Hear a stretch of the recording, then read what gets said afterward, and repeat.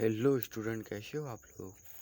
तो आज की वीडियो में आपको पढ़ाएंगे क्लास 12th का चैप्टर नंबर 3 से समस्त इम्पोर्टेंट जितने भी इम्पोर्टेंट टॉपिक है उसको आज फिनिश करेंगे, जिसका नाम है आपका विद्युत रसायन। विद्युत रसायन में सबसे पहले जो इम्पोर्टेंट टॉपिक है, जो आपका 3 से 4 बार आपके एग्जाम में पूछा जा चुका है, वो है मोलर चालकता। तो मोलर चालकता क्या होती है? किसी विलयन के निश्चित आयतन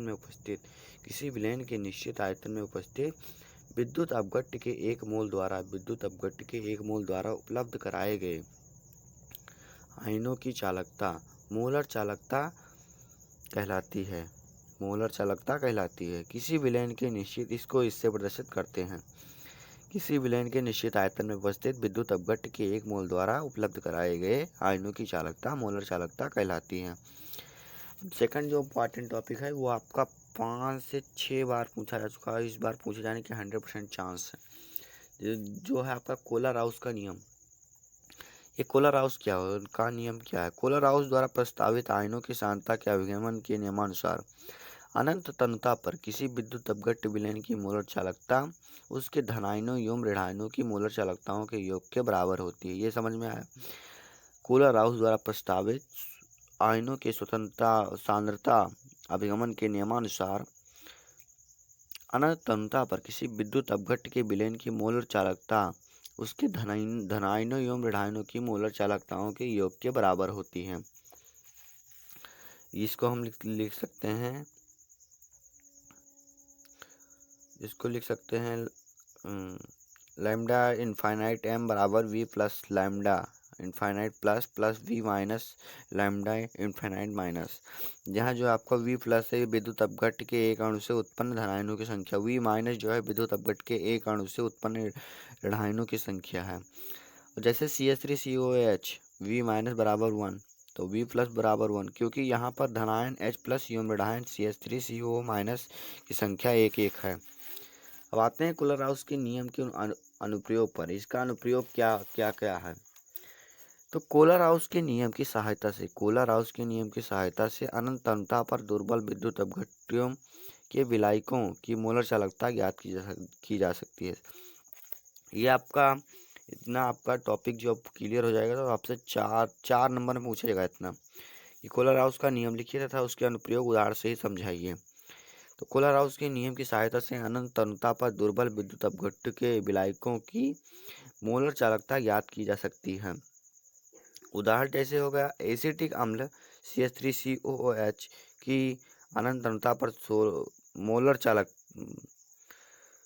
मोलर प्रबल विद्युत अपघट्य HCl CH3CO एवं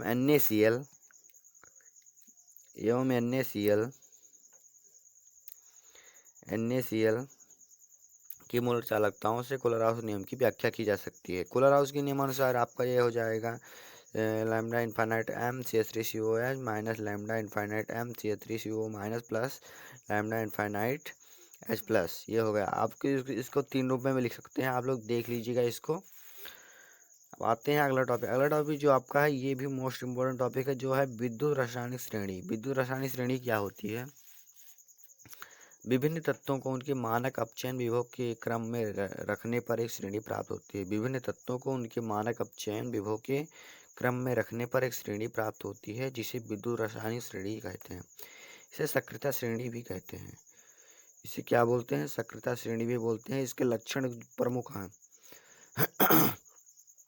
जिस धातु का मानक अपचयन विभव जितना कम होता है, क्या होता है? जिस धातु का मानक अपचयन विभव जितना कम होगा वह धातु अपनी ही अधिक क्रियाशील धातु होगी, वह उतना ही क्रियाशील होगी।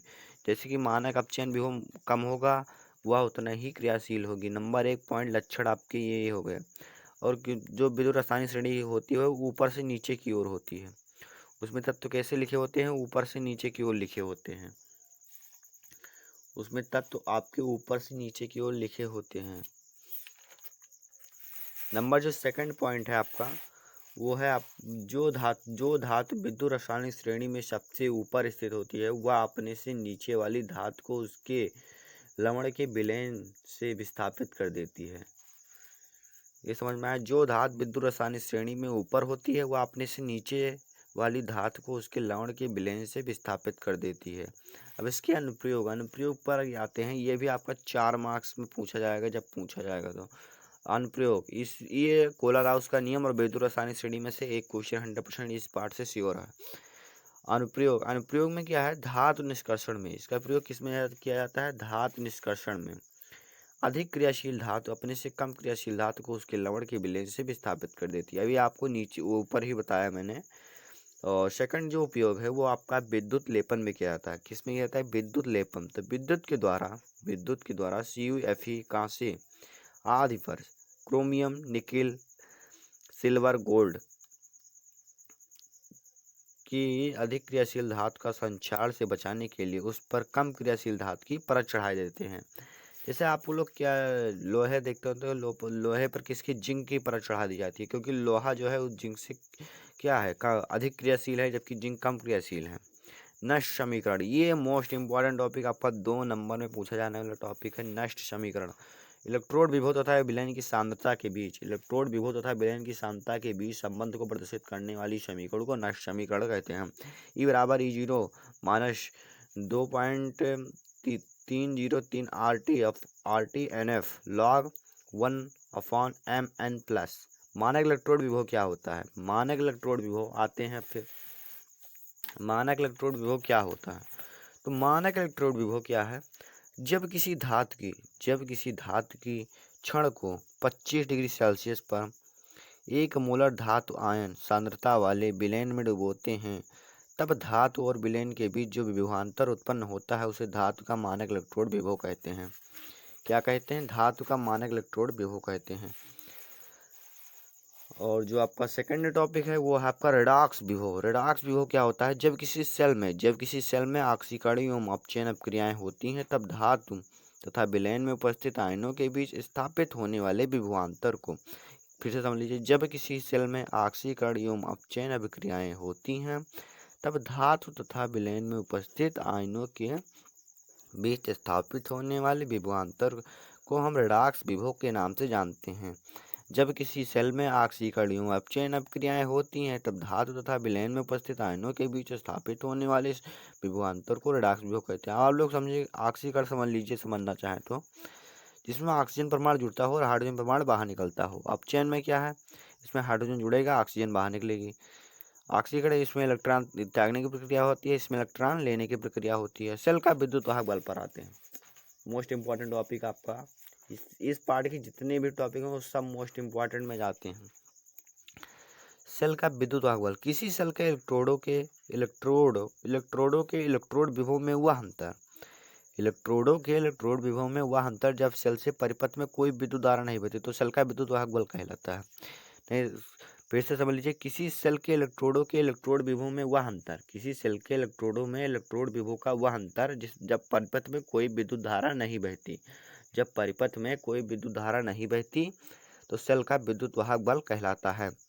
और इलेक्ट्रोड विभव पर आते हैं। तो इलेक्ट्रोड विभव क्या है, इलेक्ट्रोड विभव आपका, जब किसी धातु की क्षण को उसी धातु के किसी लवण के विलयन में डुबोते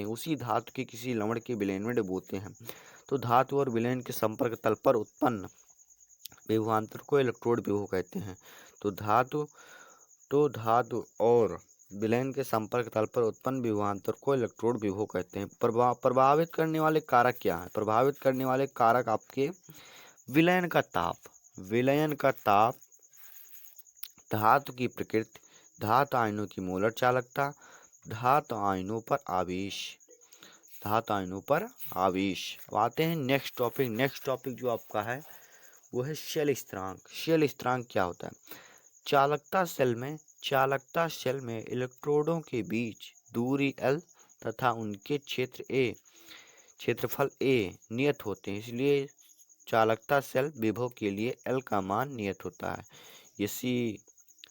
ये सेल स्थिरांक का सिंबल है, इसको इसी से प्रदर्शित करेंगे, बराबर L/A। अब आते हैं अगला टॉपिक जो आपका है चालकत्व क्या होता है। किसी चालक के प्रतिरोध का व्युत्क्रम चालकत्व कहलाता है तथा उसके विशिष्ट प्रतिरोध का व्युत्क्रम क्या कहलाएगा, विशिष्ट चालकत्व कहलाएगा। किसी चालक के प्रतिरोध का व्युत्क्रम चालकत्व तथा उसके विशिष्ट प्रतिरोध का व्युत्क्रम विशिष्ट चालकत्व। तो ये आपका कप्पा है, ये जब के को, ये वाली डंडी जब छोटी हो जाएगी और के आपका बड़ा रहेगा तो इसको कप्पा बोलते हैं।